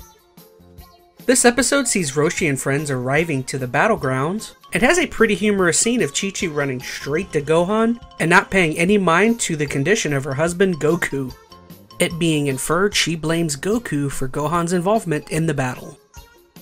As it does turn out, we find out that Korn in fact does not have any senzu beans, and everyone injured here is going to have to heal up the old natural way, at a good old hospital. This episode also has a very emotional scene of the bodies being collected of their fallen comrades. It's a little particularly sad for everyone when they realize that there's no body for Chiotzu to be collected. As everyone continues to grieve for the dead, Gohan finally comes to after the fight, and Krillin attempts to uplift everyone's spirits by informing them of what Vegeta said: the Dragon Balls must have been created by a Namekian, and the planet Namek is full of them. King Kai even at this point steps in to help out by giving them exact coordinates on where Namek is. Finally, King Kai warns Goku that he has nothing left that he can teach Goku, and he theorizes that the planet Namek at one point was on the brink of some form of planet-wide catastrophe, so he and Korn theorizes that Kami may have been sent out as some form of escape plan or a way to continue on the Namekian race. This episode ends with Bulma telling everyone that travel to Namek would be impossible because of the distance, and Krillin throws out the fine idea of possibly using one of the Saiyan pods that's capable of ridiculously fast and long-distance space travel. Now we go into episode 37, Plans for Departure. This episode is a rather humorous time of everyone healing up, and all of us as viewers get to see Goku's ultimate nemesis, hospitals and needles. Bulma does indeed show up at a point to show everyone that she has found where the Saiyan pod is, and it ends up being in the hands of some sort of military scientist base. Bulma here tries to show off for everyone using the remote to call the pod, but accidentally she hits some sort of self-destruct sequence, essentially dashing everyone's hopes of using that mode of transportation. Luckily, once again, when things begin to look bleak, Mr. Popo happens to show up and gets introduced to everyone in attendance, and he tells them he would like to take some of them to go see a ship. It's something that he quite doesn't know much about, and Bulma is of course very interested. Bulma, after being super apprehensive about doing this at first, gets transported with Mr. Popo on top of his magic carpet to somewhere called the Yunzabit Heights, of which from what they say is all the way on the other side of the planet, which is ridiculous. And as they are there, they eventually stumble across what appears to be an old worn spaceship that Popo says he thinks is the original spaceship that Kami took to eventually get to Earth. The episode does end with them getting onto the ship and eventually Bulma learning that the ship is controlled via words. So using a couple of select Namekian words, they are transported all the way out to Jupiter within about 10 seconds, leaving Bulma and Popo super exuberant about what this might mean about bringing back their friends. So this episode definitely ends on a high note. We are so close at this point. Episode 38, Nursing Wounds. We begin this one seeing Bulma and her father, Dr. Brief, the creator and founder of the Capsule Corporation, performing some modifications to the Namekian ship. We learn ultimately that Bulma says that the ship will be ready within the next 5 days, and that with the modifications they will be at Namek within 1 month. To the dismay of Bulma, Mr. Popo says that he cannot join them on their venture because he must stay and look after the lookout while Kami is no longer here. This is a problem because he's the only one that does speak Namekian somewhat because of his being around Kami for so long. So Bulma in these next 5 days is going to have to essentially learn the language herself or come up with some sort of program to put onto the ship so that it can be used. Following all of this is a really cool scene of Bulma asking everyone in the room just who is willing to join her on this crazy quest. But I don't want to go all by myself. So who's going to come along to keep me company? Goku can't make it either. That leaves you. Krillin, will you go with me? Krillin, you can't pass this up. It would be a great opportunity for training once you get to planet Namek. All right, I'll go. But when I get back, I want to see you in perfect fighting mode again, Goku. I want to go with Bulma and Krillin. Sorry, Mom, but I really need to try to help bring Piccolo back. With it being decided that Gohan and Krillin will be joining Bulma on this venture, everyone meets after 10 days over at Master Roshi's island, and as our heroes begin loading up, there's a pretty humorous scene of Gohan being ribbed a little bit due to his outfit that ChiChi has adorned him in. And once all 50 of Gohan's bags are loaded up onto the ship, our heroes have takeoff, making their way to Namek. Alright everybody, let's finish up this last episode quickly. I've got other sagas to attend to. Episode 39, Friends or Foes. This would begin several days into their trip, and we get a sneak peek into Bulma's relaxation and Krillin and Gohan's image training, or essentially mind training, against one another. At about the middle section of the episode, Bulma begins to ponder with the crew where exactly Vegeta may have fled off to, seeing as how planet Vegeta is no longer in existence, when suddenly they are attacked by an armada of little tiny ships, of which they are able to defend themselves of pretty easily. Something unfortunately they are not prepared for is an even larger ship following behind, which is able to basically engulf their ship using some sort of crazy reflection technology. The end of the episode is comprised of our heroes essentially trying to escape several dangerous traps that are located all over the ship, And as Krillin and Gohan successfully barge their way through to a main room, they are forced to surrender to what appears to be a large group of children who essentially have taken Bulma hostage. All of this leaving us on a pretty interesting note, and marking the end of the Saiyan Saga.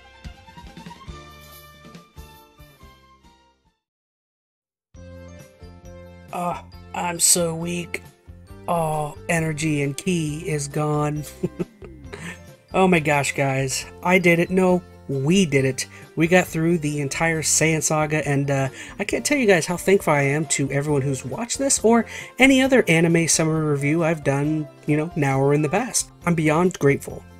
Just quickly, a quick turn here. I just wanted to apologize for taking so long to start DragonBallZ. I guess in general, it definitely was a mistake that I will readily admit to, taking such a long break after finishing up Dragon Ball. It should have been something I definitely, ran into immediately, and I don't know. Again, that's the ChazmaN here admitting that I was wrong. That's on me. Real quick, I did want to talk about what is upcoming next. Of course, that means since we're done here, next I will be moving on to the Namek Saga. So I would say you guys can expect me to start working on that post-January.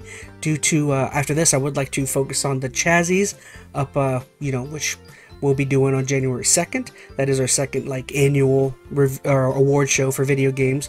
So yeah, I would like to dedicate the rest of this month to that. But yeah, I would say definitely beginning of January, that'll be the first thing I move on to, is the Namek Saga.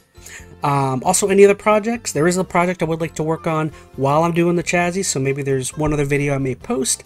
If you guys can't tell, I deeply love DragonBallZ and the Saiyan Saga, so I guess if you guys could just, like, share, and subscribe, and do all that normal stuff down in the comments. Most importantly, I'd love to hear what you guys have to say about the Saiyan Saga, about what it means to you, and what you thought of this video just as a whole. Just other things to mention, keep an eye out for that Namek Saga video whenever it comes out, and if you guys like podcasts and people talking about gaming badly, check out the EnteR ChazmaN podcast if you could. So once again, wrapping everything up, I just want to say thank you so much, guys, for watching this video. Again, down in the comments, let me know what you hated, what you loved.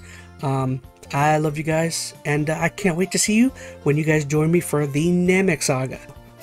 Thank you so much, guys. I love you. ChazmaN out.